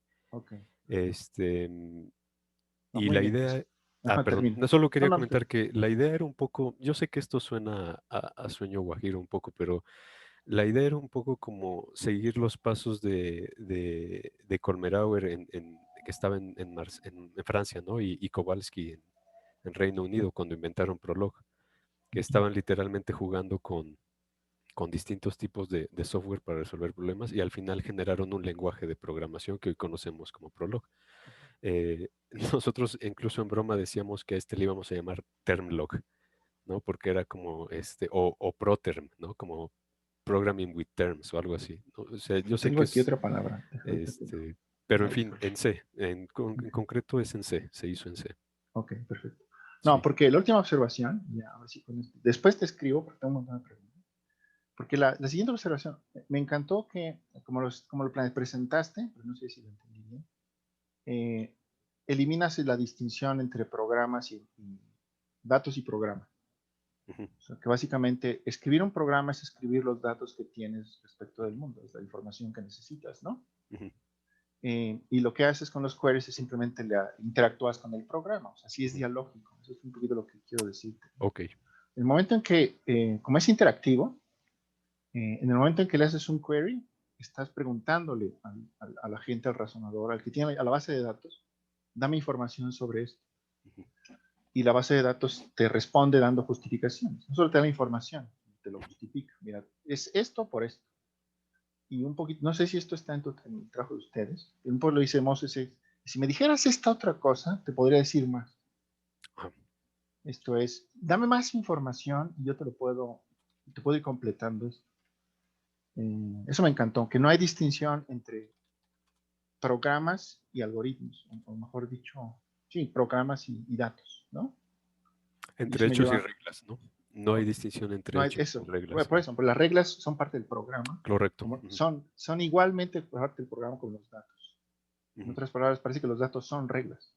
Ajá, Otra también vez, sería otro no hay modelo. distinción, eso me encantó, Ujú. porque los pragmatistas eliminamos distinciones. ¿Qué pasó? ¿Lo perdimos? No. Eh, Porque entonces la siguiente pregunta natural, es una de las mantras que tengo, es ¿por qué no escribirlo en Lisp?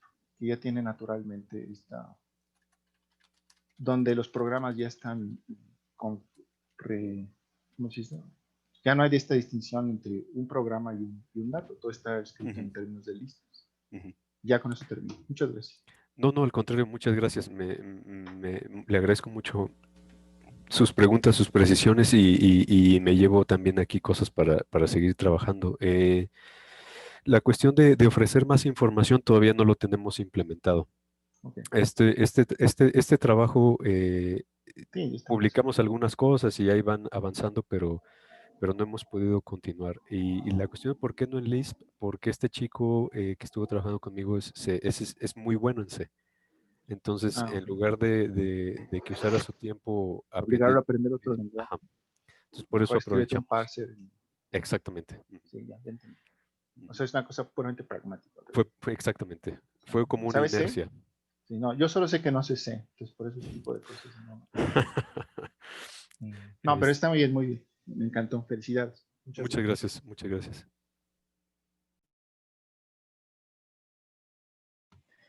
Muy bien. Bueno, no sé si alguien más tenga alguna pregunta o algún comentario. ¿No? Anímense a preguntar algo. Bueno, yo también la verdad es que me hiciste, bueno, digo, siento que aprendí muchísimo con tu presentación, José Martín. Me gusta mucho cómo presentas algunas de las cosas que pones. Me gustó mucho, por ejemplo, la manera en que hablas de todas las bases aristotélicas, en donde pones que al final la lógica, ¿no? Como la última, pero donde pusiste la epistemología, la ontología, ¿no? Y así. Me gusta mucho porque creo que cuando enseñamos lógica, como tú también lo dijiste, ¿no? En tu presentación, muchas veces no aclaramos nada del contexto y eso hace que sea muy problemático para los estudiantes también, a veces entender por qué estamos haciendo, ¿no? Lo que estamos haciendo, de qué se trata. Y bueno, creo que sintetizas muy bien muchos de los aspectos de la filosofía aristotélica en general, ¿no? De esa manera en que lo esquematizaste ahí. Entonces, bueno, eso me gustó mucho, ¿no? Y a lo mejor una pregunta que yo ahorita quisiera hacer, y ya iremos viendo si salen más, es que se sale un poco, creo, hasta del tema, ¿no? Del seminario específico, pero en el fondo sí tiene que ver. O sea, ¿tú crees que cuando enseñamos lógica debemos decir más sobre todo este contexto general o no? O sea, ¿qué tan importante es hacerlo o qué tanto no, por ejemplo, ¿no? Eh, y bueno, y también que se relaciona un poco, pues también ha habido como un movimiento general, ¿no? Como de ir quitando la lógica aristotélica cada vez más, ¿no? O sea, hasta hace poco todavía en los sistemas de educación básica se enseñaba silogismo en la prepa y cosas así. Bueno, no solo silogismos, ¿no? Sino bueno, una parte importante de la lógica aristotélica y ya la están quitando, ¿no? Creo que de hecho ya la quitaron y cada vez se concentran más como en la parte de la lógica clásica, pero también como has mostrado, tiene muchos problemas la lógica clásica, o sea, en realidad no sirve para lo que se supone que quisiéramos que sirviera. Entonces es un movimiento muy extraño y bueno, un poco tal vez saber tu opinión sobre esto. Pues muchas gracias, Karen, te agradezco. Em, con respecto a lo primero, hoy en la mañana, bueno, ahorita estoy preparando un pequeño paper para una revista y estaba tratando de buscar evidencia para justificar mis creencias. Y em, empecé escribiendo que la gente suele confundir lógica clásica con lógica tradicional. Entonces dije, bueno, pero ¿cómo puedo justificar eso? Entonces me fui al copy. Y en el copy hay literalmente una parte donde dice, bueno, copy coin, ¿no? Donde dicen literalmente que la silogística es lógica clásica. Así, verbatim, ¿no? Y luego dije, bueno, pero este es un handbook, ¿no? Es un manual. Entonces dije, voy a ir a algo un poquito más autoritativo, ¿no? Y me fui a leer a Susan Hack. Y yo sé que el de Philosophy of Logic de Susan Hack, yo sé que no es un libro nuevo, pero aún así tiene mucho impacto. Y hay unas líneas donde Susan Hack dice que la lógica de primer orden o la lógica moderna es una extensión de la lógica tradicional. Y eso me parece muy raro porque no veo cómo puede ser una extensión si no hay continuidad entre una y otra. Entonces, lo que me parece es que esta idea de que la lógica tradicional es clásica no solamente está metida en los manuales que usamos para enseñar, sino incluso en algunos textos de filosofía de la lógica típicos.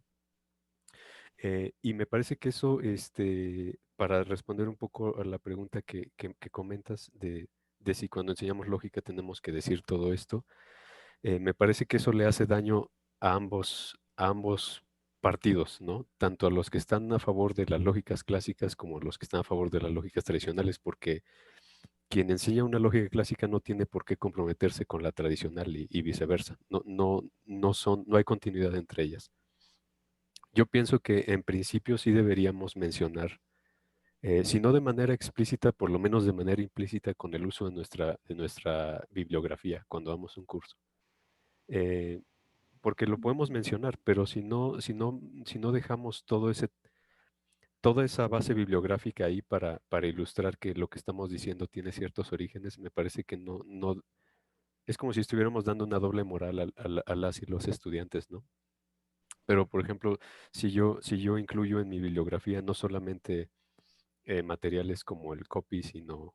Y perdón que diga del copy porque es que yo lo hago a menudo, ¿eh? No lo digo por nadie más, es que yo a menudo uso el copy. No me parece un mal libro, o sea, no estoy diciendo que esté a mal, no, nada. Eh, pero creo que también tengo que añadir materiales como los de Somers o materiales como los de eh, este esquema de Boecio, ¿no? O sea, este tipo de cosas me parece que se tienen que ir mencionando también para ilustrar pues que la lógica tradicional no es idéntica con la clásica, ¿no? Y estoy de acuerdo contigo, creo que el no hacer esta distinción genera más daño que ventajas, ¿no? O sea, por ejemplo, yo también, una de las razones por las cuales estaba considerando este paper en la mañana es porque me parece que em, en efecto, hay muchos lugares donde está desapareciendo la enseñanza de la lógica tradicional porque asumimos que basta con dar, por ejemplo, la semántica, las tablas de verdad o la implicación material o ese tipo de cosas. Y creo que cubren cosas diferentes. eh, y cuando las identificamos o consideramos que una es extensión de la otra, creo que lo que estamos haciendo es perdernos una buena parte de la cultura, ¿no? Entonces, no voy a ser tan duro como Bunge y decir que es un crimen cultural, pero me parece que sí estamos haciendo ahí algo muy raro, ¿no? Cuando no presentamos varias caras. Ahora, ante la objeción de que no podemos presentar todo de todo, pues sí, es verdad, creo que no hay tiempo para presentar todo de todo, pero creo que un modo implícito de hacerlo sería a través de un uso cuidadoso de nuestras bibliografías cuando damos clases, ¿no? Para tratar de mostrar varias caras del asunto, ¿no? Bueno, no sé si esto iba por donde tú decías, Karen, pero de cualquier manera agradezco tus observaciones y tus preguntas. Sí, no, sí, muchas gracias. Bueno, a ver, Mauricio. Bueno, ¿se oye? Sí. Muchas felicidades por el texto. Bueno, yo te quisiera comentar desde el aspecto de la ingeniería. Lo que he visto es que si acaso se llega a ver, lo que más se ve es semántica con las tablas de verdad. Y algunos métodos como ahí se me fue el nombre, pero básicamente unos en vez de ser árboles semánticos, son gráficos de cuadros en los que te Mapas de permite Carnot. mapas de Carnot, sí, ya tiene años que, ¿no? Y ya es lo más que vemos, algunas reglas, ¿no? Y, por ejemplo, Morris Mano, algunas veces llega a manejar sintaxis con las reglas para eliminar cuando tienes más de 5 variables y utiliza justo la propiedad de P no, o no P es igual a 1, ¿no? Ujú. Y ya, o sea, pero yo creo que también es un problema que viene desde, o sea, que nos quedamos como programadores, como informáticos, nos quedamos con con los que nos quedó y ya no investigamos más.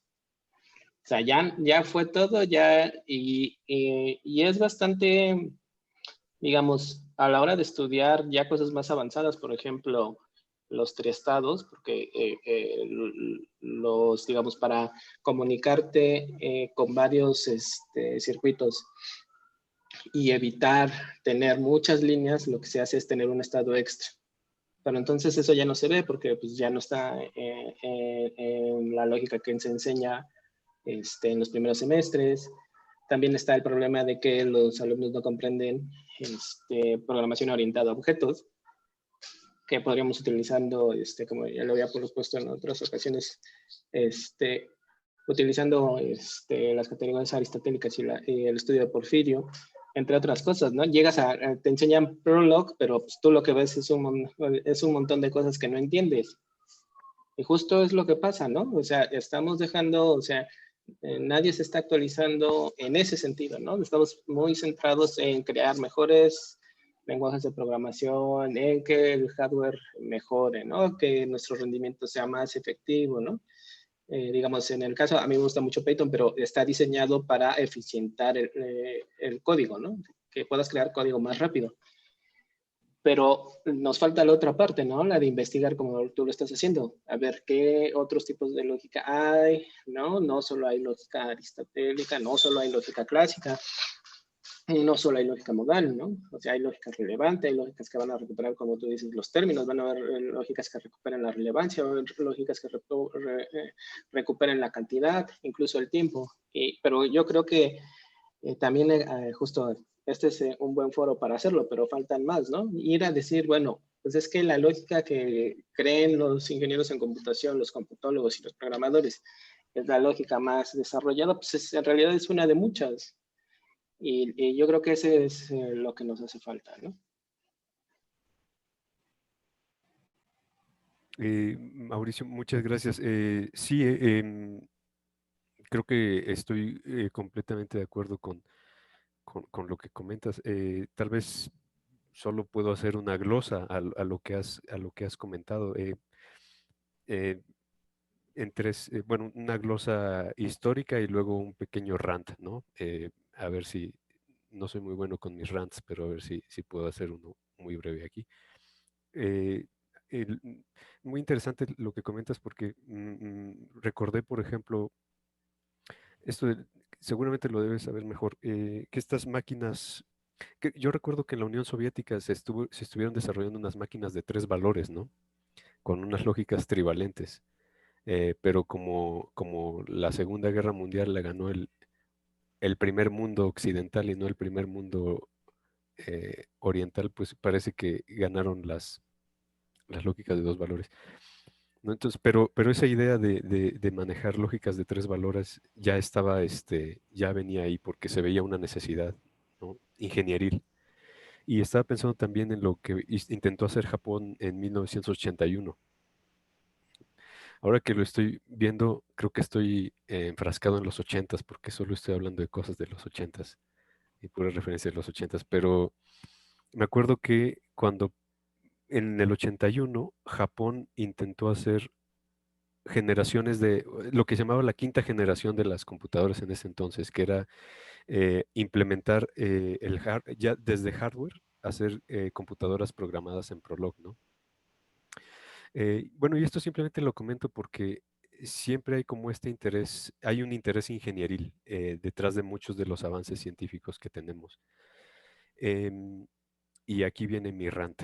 Em, creo que algo que a veces pasa, y lo digo de nuevo, también estoy hablando por mí, no por nadie más, pero a veces algo que nos pasa es que se nos olvida que la IA, sí, sin duda es una empresa ingenieril y que en efecto tiene que ver con procesos de optimización, con procesos de mejora, sin duda. Pero creo que a veces se nos va un poquito o se nos olvida, y de nuevo lo digo por mí, que la IA también es un producto cultural con ciertos fines antropológicos. O sea, no es nada más para mejorar procesos ingenieriles, es también para tratar de comprender qué somos nosotros, ¿no? O sea, el hecho de querer exteriorizar y mecanizar el razonamiento y esto de estar buscando algoritmos para representar el razonamiento no es nada más por querer hacer eso, ¿no? Porque, como dice, creo que es Carr, un investigador, decía, bueno, es que si nuestro objetivo es crear seres inteligentes, pues lo que hay que hacer es reproducirlos, ¿no? Porque cada vez que nos reproducimos creamos seres inteligentes, pero creo que aquí lo que queremos más bien es crear seres inteligentes no solamente por crearlos, ¿no? O no solamente para mejorarlos, creo que también queremos como tener cierta comprensión de lo que somos nosotros. Y creo que a veces se nos olvida eso cuando estamos muy enfrascados en el desarrollo. De nuevo, hablo por mí, no quiero decir que alguien más lo hace, pero creo que cuando estamos muy metidos en eso, a veces se nos olvida, ¿no? Y claro, nos preocupamos por ciertas mejoras ingenieriles y a veces se nos olvida que la inteligencia artificial también está o también funciona para comprender nuestra propia naturaleza, ¿no? En fin, pero eso solo era una glosa a lo que comentabas, pero muchas gracias. Ok, muchas gracias. Tatiana. Sí, muchas gracias, fue muy interesante. No estoy muy segura de que mi duda sea adecuada porque algunas cosas no me quedan muy claras, pero por mis lagunas. Pero quisiera saber como qué tanto, a ver, si con este modelo, si el modelo podría arrojar más datos, o sea, si la base fuera muy grande y le hicieras como las preguntas adecuadas, te pudiera dar más datos, o sea, prácticamente si creen que llegaría a predecir que alguna... Ajá, eso. Muchas gracias. Es una pregunta muy, muy interesante. Y no sé si voy a responder con lo que uno desearía, pero creo que justo Nancy se dedica a ese tipo de cosas, de distinguir entre la cantidad de información contenida en un paquete de datos y la capacidad de predicción o etcétera. Entonces creo que ella podría ofrecer una mejor respuesta de la que yo puedo ofrecer, pero voy a intentar ofrecer una respuesta. Espero que pueda ser de interés. Em, Así como está diseñado el sistema, no ofrece más información de la que ya está contenida en el modelo, porque es un modelo deductivo, ¿no? Eh, Eso no quiere decir que no podamos hacer programación lógica inductiva como eventualmente se hizo en Prolog. O sea, es posible hacer ese tipo de cosas como se hizo en Prolog. El modelo que tenemos nosotros hasta el momento no es así, porque es estrictamente deductivo.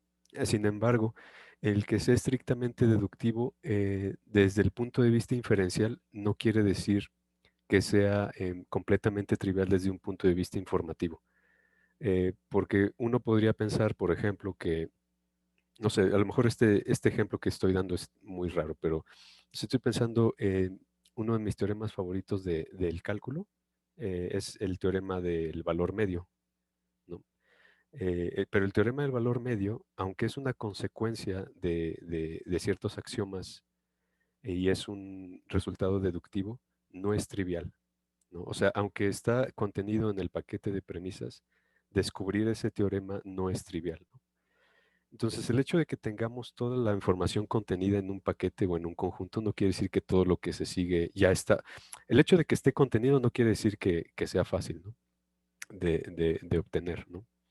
Eh, Alguien podría pensar, por ejemplo, que si así fuera, si así fuera, yo solo con aprenderme 3 axiomas y el modus ponens, yo ya sabría toda la lógica, ¿no? Pero parece que esa es la distinción entre tener, esa es la distinción entre tener em, un concepto de deducción como un concepto de inferencia y un concepto de deducción no sé cómo decirlo, como un proceso epistemológico. Me parece que son cosas que no son coextensivas, por lo menos. Yo creo que tanto Nancy como Ana Laura tendrían una mejor respuesta a esto, pero este, por el momento es lo que podría ofrecer, ¿no? Gracias. No, al contrario. Ok, muchas gracias. ¿Alguien más? ¿Algún comentario? ¿No? ¿Alguna pregunta? Bueno, ya que estamos, pues entonces yo te haré otra. Gracias. Que también es más general, creo. Pero por todo lo que salió en tu presentación, en diferentes momentos, tanto el esquema este aristotélico que ya te comenté, como por ejemplo tu problema del principio de identidad y la falacia de petición de principio y así. Me quedé pensando en que la clasificación que hacemos ahora entre lógica formal, clásica y luego teoría de la argumentación, como que otra vez se vuelve a sentir muy artificial, ¿no? O sea, como muy rara y que, bueno, que siempre ha sido un problema, de hecho, sobre todo en la teoría de la argumentación contemporánea, ¿no? O sea, cuando se hace esta separación entre la lógica clásica y luego como los teóricos de la argumentación, ¿no? Como que empezaron con Toulmin y Perelman y los que vinieron después, ¿no? Mencionaste algunos, Walton y todos estos. Pero como que nunca quedó muy claro. Mucha gente piensa que sobre todo del lado de la teoría de la argumentación, no está exactamente claro qué están haciendo y por qué, ¿no? Y si le llaman lógica informal o teoría de las falacias o así otras cosas.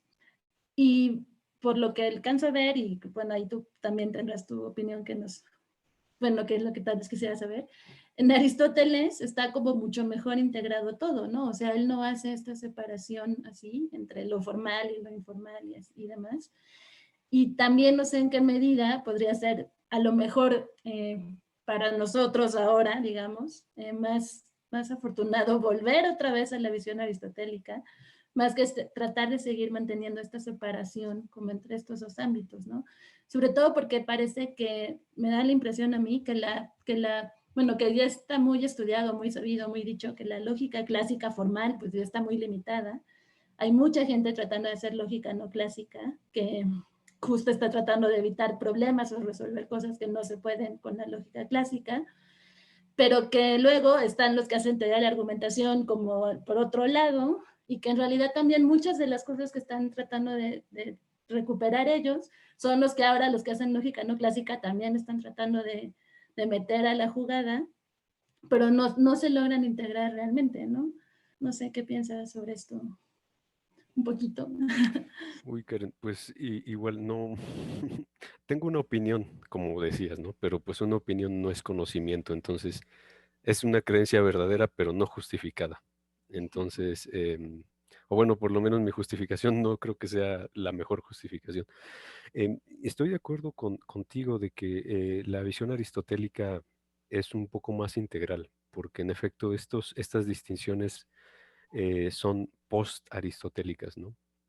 Y esta idea de lógica formal e informal y eso me parece, bueno, profesor José Luis, espero que me permita aquí las imprecisiones, pero creo que, no, lo que pasa es que de nuevo, si digo una tontería, no es por haber leído, no viene del profesor José Luis, es tontería mía.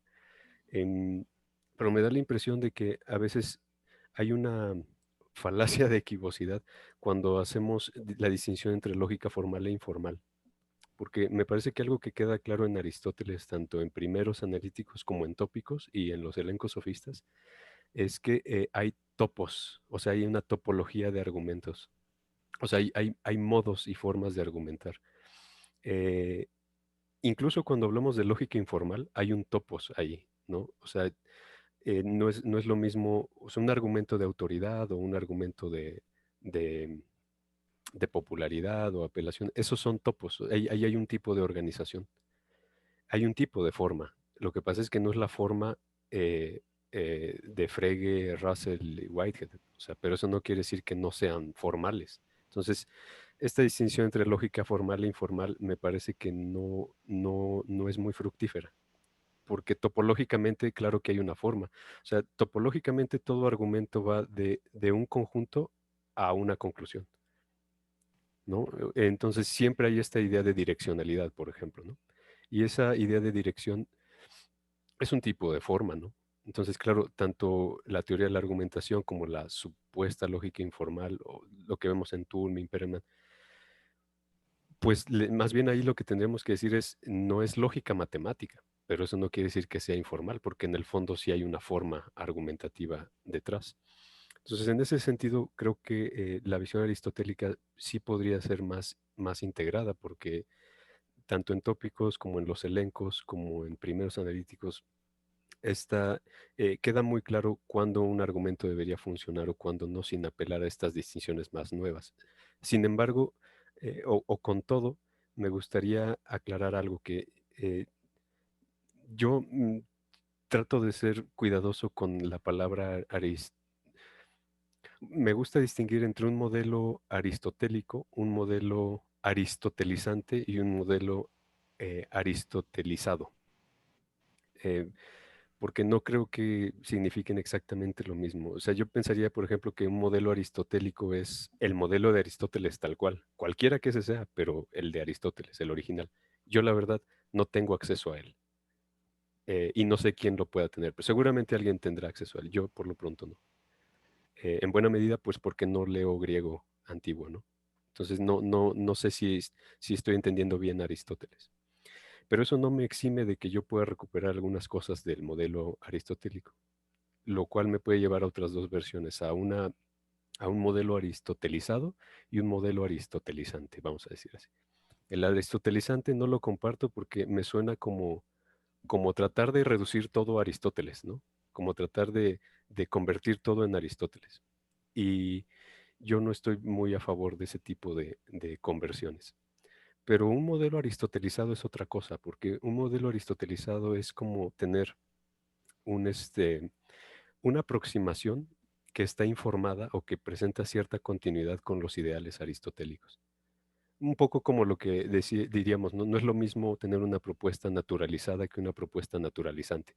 O sea, a lo mejor una propuesta naturalizante yo quiero reducir todo a explicaciones naturales, pero una propuesta naturalizada lo que presenta más bien es una continuidad con un proyecto. Yo lo que pensaría con respecto a la argumentación es que tal vez podríamos pensar en un modelo aristotelizado, en la medida en que podríamos tal vez recuperar estos ideales aristotélicos con lo que tenemos ahora, ¿no? Porque también no creo que debamos regresar a Aristóteles así como ya, solo volvamos a Aristóteles y ya. Creo que más bien lo que tenemos que hacer es seguir hacia adelante sin olvidar esta continuidad con el modelo. Pero por eso tal vez yo pensaría que sí, pero con esta previsión de llamarle aristotelizado, ¿no? Más que aristotélico o aristotelizante. Pero igual no sé si por ahí va tu observación, Karen. Gracias.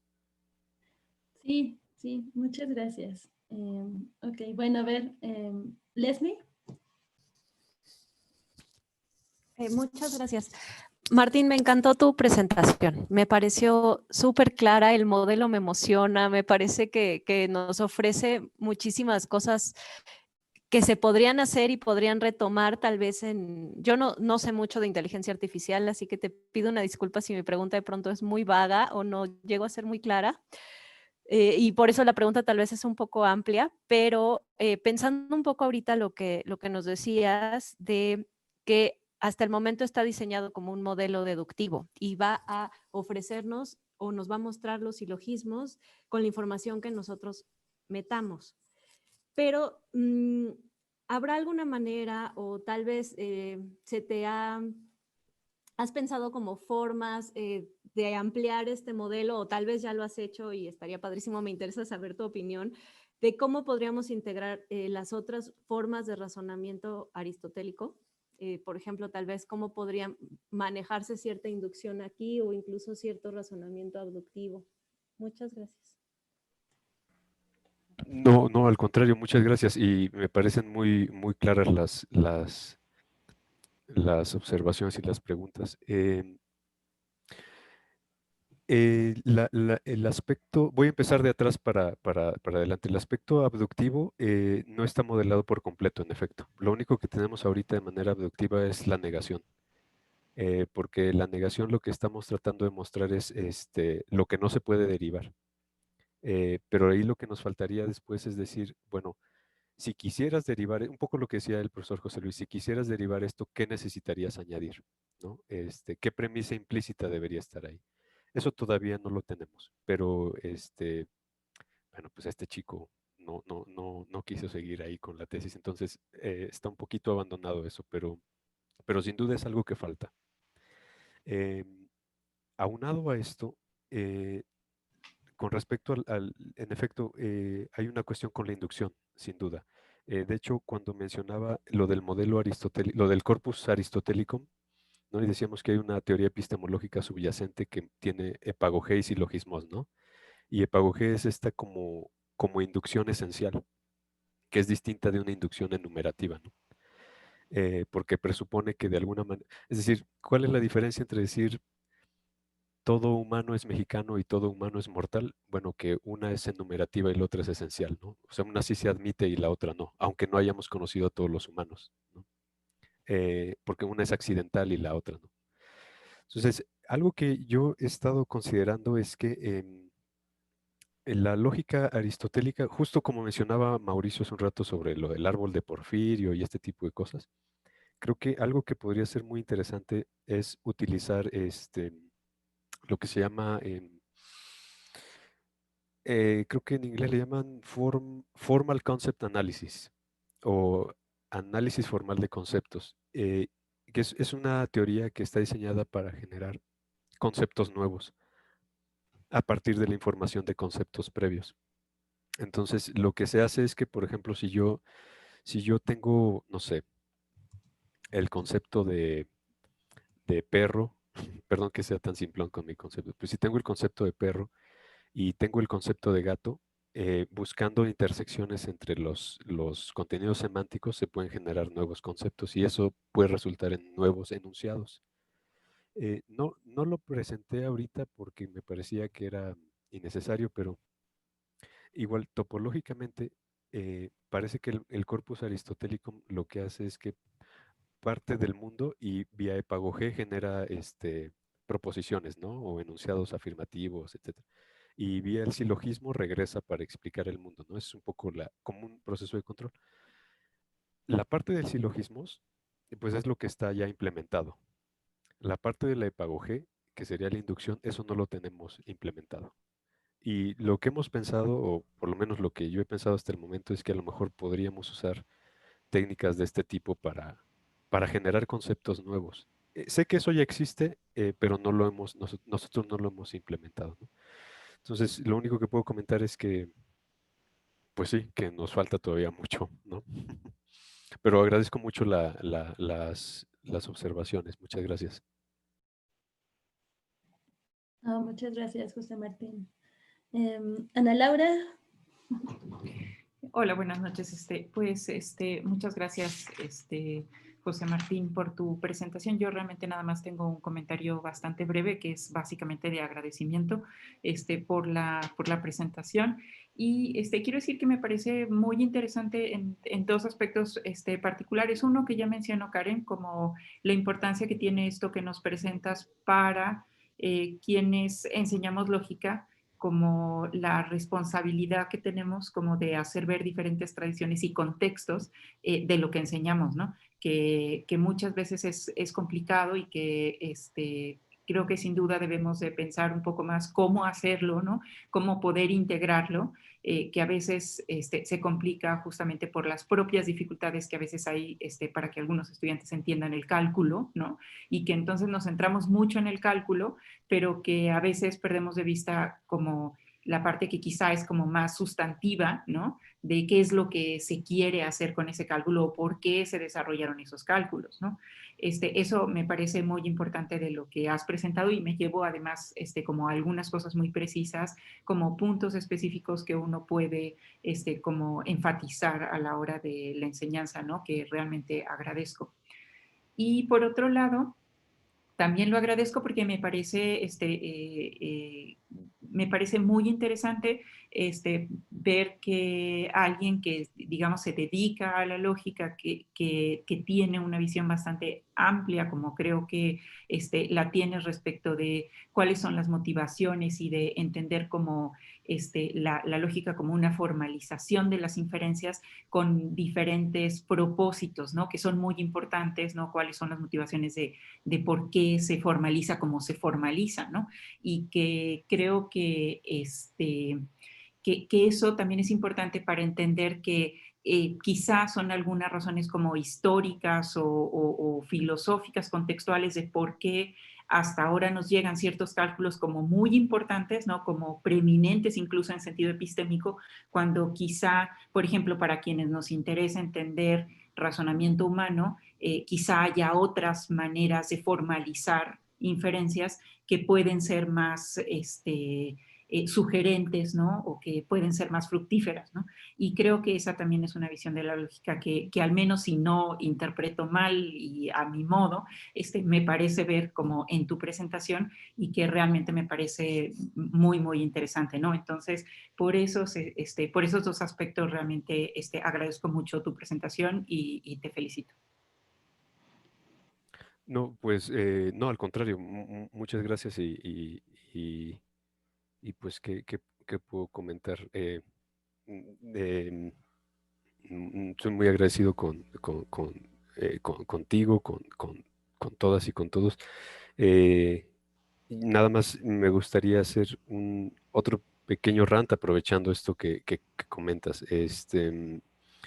Em, Hace tiempo asistí a un evento sobre esto, justo sobre la importancia que tenemos las y los docentes al enseñar lógica, ¿no?